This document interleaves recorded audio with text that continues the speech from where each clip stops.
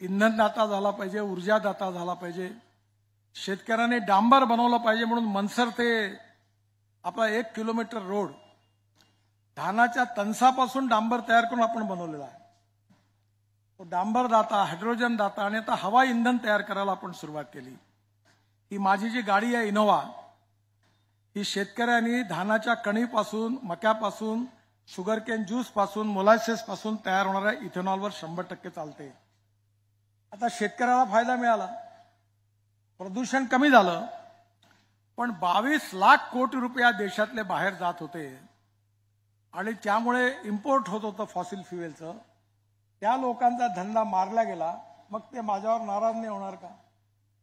ते नाराज झाले तर त्यांनी पेड न्यूज सुरू केल्या. पण काही चिंता करू नका, तुमच्या सगळ्यांचं प्रेम माझ्याकडे आहे. मी आजपर्यंत एकाही कॉन्ट्रॅक्टरकडनं भडवेगिरी केली नाही, 1 रुपया कधी घेतला नाही. म्हणून कॉन्ट्रॅक्टर मला घाबरतात आणि खराब काम केलं की मी ते ऐशी तशी करतो. त्यामुळे लोकांचाही विश्वास आहे. त्यामुळे कुठल्याही प्रकारच्या खोटी कामं केली नाहीत. त्यामुळे येणाऱ्या काळात कोणी किती खोटे आरोप केले तरी मी विचलित होत नाही, तुम्ही होऊ नका. जनतेला सत्य माहीत असतं. आणि आता येणाऱ्या काळामध्ये राजकारण हा ईर्ष्या, मत्सर, द्वेष, अहंकाराचा खेळ आहे.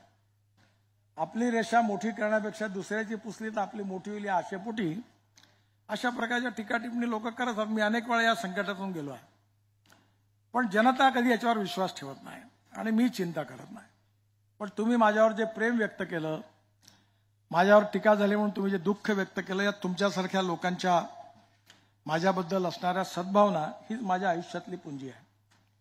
कारण कुठल्याही राजकीय नेत्याच्या आयुष्यामध्ये लोकांचं प्रेम आणि विश्वास ही सगळ्यात मोठी गोष्ट आहे.